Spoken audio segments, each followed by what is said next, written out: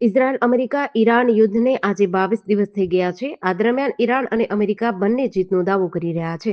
અમેરિકી રાષ્ટ્રપતિ ડોનાલ્ડ ટ્રમ્પે શુક્રવારે કહ્યું, મને લાગે છે કે અમે જીતી ગયા. અમે તેમની નેવી, એરફોર્સ, એર ડિફેન્સ બધું જ ખતમ કરી દીધું છે. અમેરિકા ઈરાન સાથે યુદ્ધ વિરામ નહીં કરે.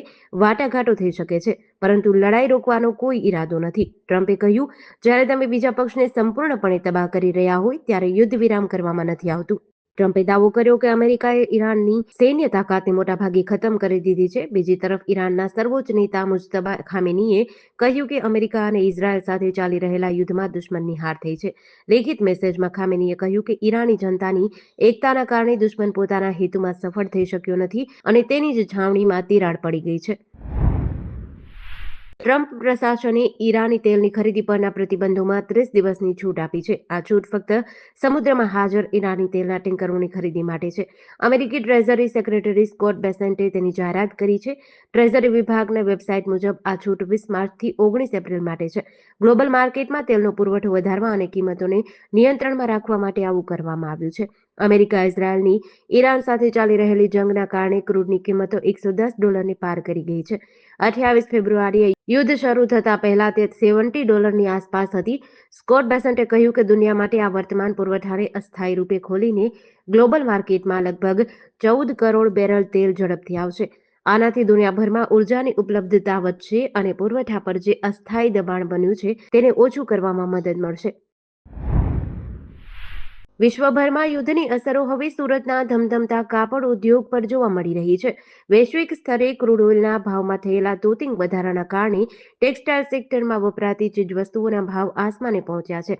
સાઉથ ગુજરાત ટેક્સટાઇલ પ્રોસેસર્સ એસોસિએશનના જણાવ્યા અનુસાર આંતરરાષ્ટ્રીય અસ્થિરતાના કારણે કાચા માલની સપ્લાય ચેન ખોરવાઈ ગઈ છે, જેના પગલે સ્થાનિક ઉત્પાદન ખર્ચમાં અસહ્ય વધારો થતા મિલ માલિકો હવે મિલોના પૈડા થંભાવી દેવા મજબૂર બન્યા છે. અને ઉદ્યોગ જગતમાં ભારે ચિંતા વ્યાપી ગઈ છે. છેલ્લા ઘણા દિવસોથી યાર્નના ભાવમાં સતત વધારો થઈ રહ્યો છે, જેની સાથે પ્રોસેસિંગમાં મહત્વના એવા કોલસાના ભાવમાં પણ ઉછાળો આવ્યો છે.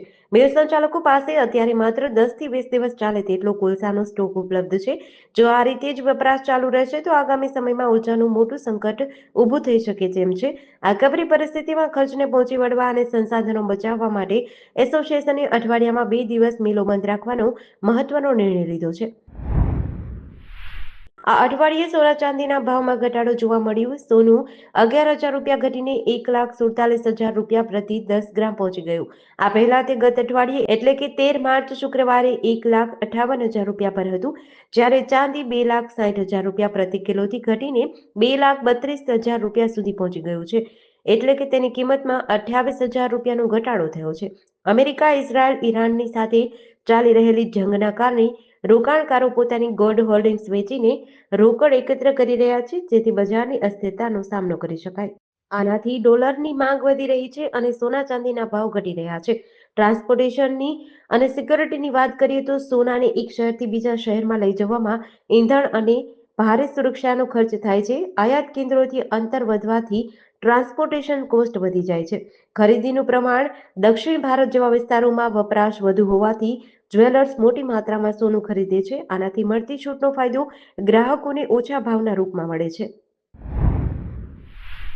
અમદાવાદમાં એસઓજીએ 1 મહિના અગાઉ કરોડોનો હાઇબ્રિડ ગાંજો ઝડપી પાડ્યો હતો. આ કેસમાં આરોપીની ધરપકડ બાદ ચોંકાવનારો ખુલાસો થયો છે. યુવાનોને થાઇલેન્ડની ટ્રીપની લાલચ આપીને મસાજ કરાવીને ગાંજો લેતા આવવાની ઓફર આપી ગાંજાની હેરાફેરી કરવામાં આવતી હતી. મહત્વનું છે કે અમદાવાદ એસઓજીએ સરદારનગર પોલીસ સ્ટેશન નજીકથી એક મહિલા સહિત 2 પેડલરને અંદાજે ₹8 કરોડના હાઇબ્રિડ ગાંજા સાથે ઝડપી પાડતા સમગ્ર રેકેટ બહાર આવ્યું છે. પોલીસના હાથે ઝડપાયેલી જીયા ઉર્ફે જેસિકા ઉર્ફે આકાંક્ષા પ્રજાપતિ તેના પિતરાઈ ભાઈ ચેતન પ્રજાપતિ સાથે ગાંજો વેચવા નીકળી હતી, ત્યારે એસઓજીની ટીમે દરોડો પાડી ભાઈ બહેનને ઝડપી લીધા હતા. યુવતીએ ડ્રગ્સ માફિયાના કહેવાથી ગાંજાની તસ્કરી માટે 4 રાજસ્થાનના યુવકોની ફોજ તૈયાર કરી હતી. અમન જોશી અને મિલન વઘાસિયા થાઇલેન્ડથી મોટા પ્રમાણમાં હાઇબ્રિડ ગાંજો ગુજરાતમાં લાવતા હોવાનું સામે આવ્યું છે. સુરત શહેર સાયબર ક્રાઇમ સેલે વડોદરાથી સોમપુરી કિશનપુરી ગોસ્વામી નામના શખ્સની ધરપકડ કરી છે. આ આરોપીએ ફરિયાદીને ફોરેક્સ ટ્રેડિંગમાં રોકાણ કરવાથી દર મહિને 5 થી 6% પ્રોફિટ મેળવવાની લાલચ આપી હતી. તપાસમાં બહાર આવ્યું છે કે આરોપીએ botalfa.me નામની વેબસાઇટ પર એકાઉન્ટ બનાવી ફરિયાદી પાસેથી ટુકડે ટુકડે કુલ 56,92,480 રૂપિયા પડાવી લીધા હતા. આ ગુનાની તપાસમાં દુબઈ બેઠેલા કુખ્યાત ઠગ લવિશ ચૌધરીનું નામ ખુલતા પોલીસ ચોંકી ઉઠી છે. પકડાયેલ આરોપી સોમપુરી ગોસ્વામી માત્ર ધોરણ 12 પાસ છે, પરંતુ તેના સંપર્ક સીધા દુબઈમાં બેઠેલા લવિશ ચૌધરી સાથે છે. લવિશ ચૌધરી એ જ વ્યક્તિ છે જેના પર અગાઉ ઈડી દ્વારા મોટી કાર્યવાહી કરવામાં આવી હતી. તાજેતરમાં પાટનગરના ગિફ્ટ સિટીના વૈભવી ફ્લેટમાંથી ગાંજાનું ઇન્ટરનેશનલ નેટવર્ક ઝડપાયું હતું. એવામાં શહેરના સેક્ટર 4માં આવેલા સ્વરાજ કોમ્પ્લેક્સમાં ગત મોડી રાત્રે એલસીબીની ટીમે એક સફળ ઓપરેશન પાર પાડીને નશીલા પદાર્થ ચરસના મોટા જથ્થા સાથે થરાદના 20 વર્ષીય યુવકને દબોચી લીધો છે.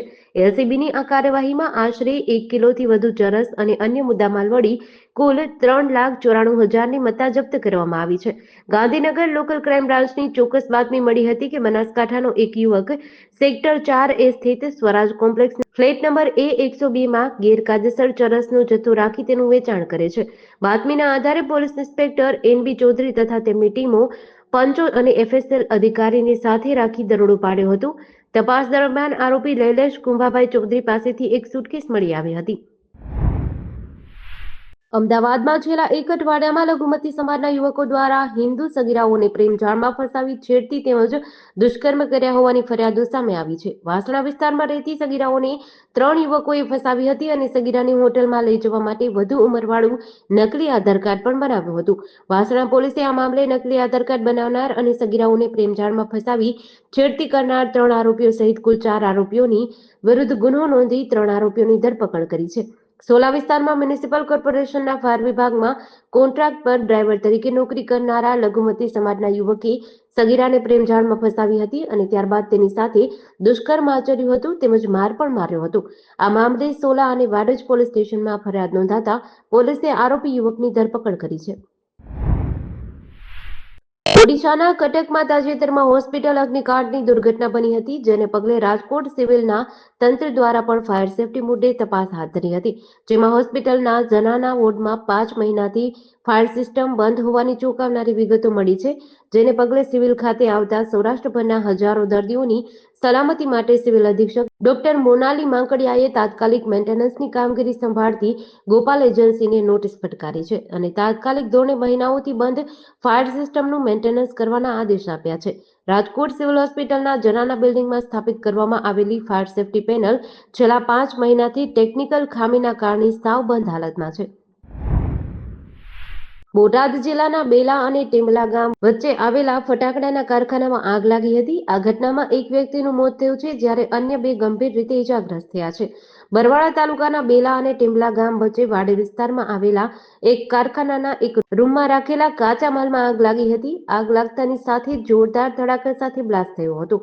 આ બ્લાસ્ટ થતાં કારખાનાના પતરા પણ 100 મીટર દૂર જઈને પડ્યા હતા.